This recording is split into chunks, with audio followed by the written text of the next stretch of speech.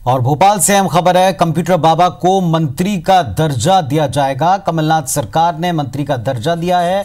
मां क्षिप्रा, मां नर्मदा, मां मंदाकिनी न्यास का अध्यक्ष बनाते हुए उनको ये दर्जा दिया गया। तो एक और अहम खबर, कंप्यूटर बाबा को मंत्री का दर्जा मिल गया। कमलनाथ सरकार ने मंत्री का दर्जा उनको दे दिया है। साथ में मां क्षिप्रा, मां नर्मदा, मां मंदाकिनी न्यास का अध्यक्ष भी बनाया है। सुधीर दंडोतिया हमारे सहयोगी हमारे साथ में जुड़ गए हैं। सुधीर, क्या है पूरा डिटेल?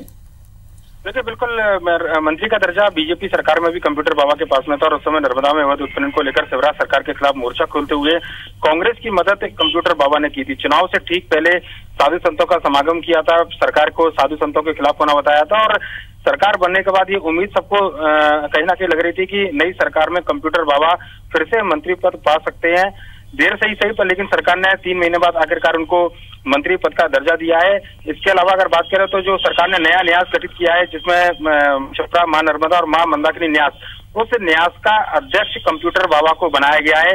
सेवा शर्तें क्या रहेंगी न्यास के अध्यक्ष के तौर पर, क्या सुविधाएं मिलेंगी, इसको आगे सामान्य प्रशासन विभाग की ओर से अलग से ये आदेश जारी किए जाएंगे। पर लेकिन आज इस बारे में आदेश जारी किए गए कि नई सरकार में कंप्यूटर बाबा अहम पद पर होंगे। सरकार भले ही बदली हो पर लेकिन मंत्री पद का दर्जा कंप्यूटर बाबा का जो है वो नई सरकार में एक बार फिर से उनको हासिल हुआ है। पिछली बार सरकार गिर गई थी ऐसा करके, पिछली सरकार ने जैसे ही बाबाओं को दर्जा दिया था, बाबा को दर्जा देने के बाद में उन पर आरोप लगे थे। अब यहाँ भी ऐसा हो सकता है? बिल्कुल, देखिए सवाल जरूर उठेंगे क्योंकि साधु संतों का राजनीति में इस तरीके से आना है कि कई साधु संत राजनीति में आए हैं पर लेकिन बतौर संत जो है राजनीति में मंत्री पद की लालसा करना ये अपने आप में एक बड़ा सवाल है। कंप्यूटर बाबा से लगातार हम लोगों ने भी कई बार सवाल किए थे क्या नई सरकार में वो मंत्री पद लेंगे। ये उन्होंने कभी भी इनकार नहीं किया। उनका सीधे तौर पर कहना था कि नई सरकार को यह तय करना है कि वो उनकी क्या भूमिका तय करती है और सरकार ने उनकी भूमिका को तय कर दिया है।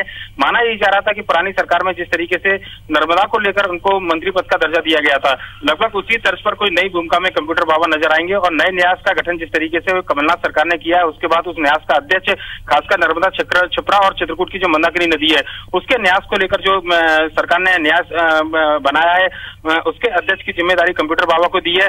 सवाल जरूर उठेंगे कंप्यूटर बाबा को मंत्री पद का दर्जा देने पर क्योंकि लोकसभा चुनाव है, ऐसे में हो सकता है कि एक बार फिर से पोते के गरमाने के आसार जताए। पर लेकिन जो एक बात कम से कम कयास सभी लोग लगा रहे थे कि जिस तरीके से मंत्री पद कंप्यूटर बाबा ने छोड़ा था चुनाव से ठीक पहले, अगर कांग्रेस की सरकार बनती है तो उनको खासो तवज्जो मिलेगी। वो तवज्जो कंप्यूटर बाबा को मिली और एक बार फिर से मंत्री पद का रुतबा उनको हासिल हुआ है।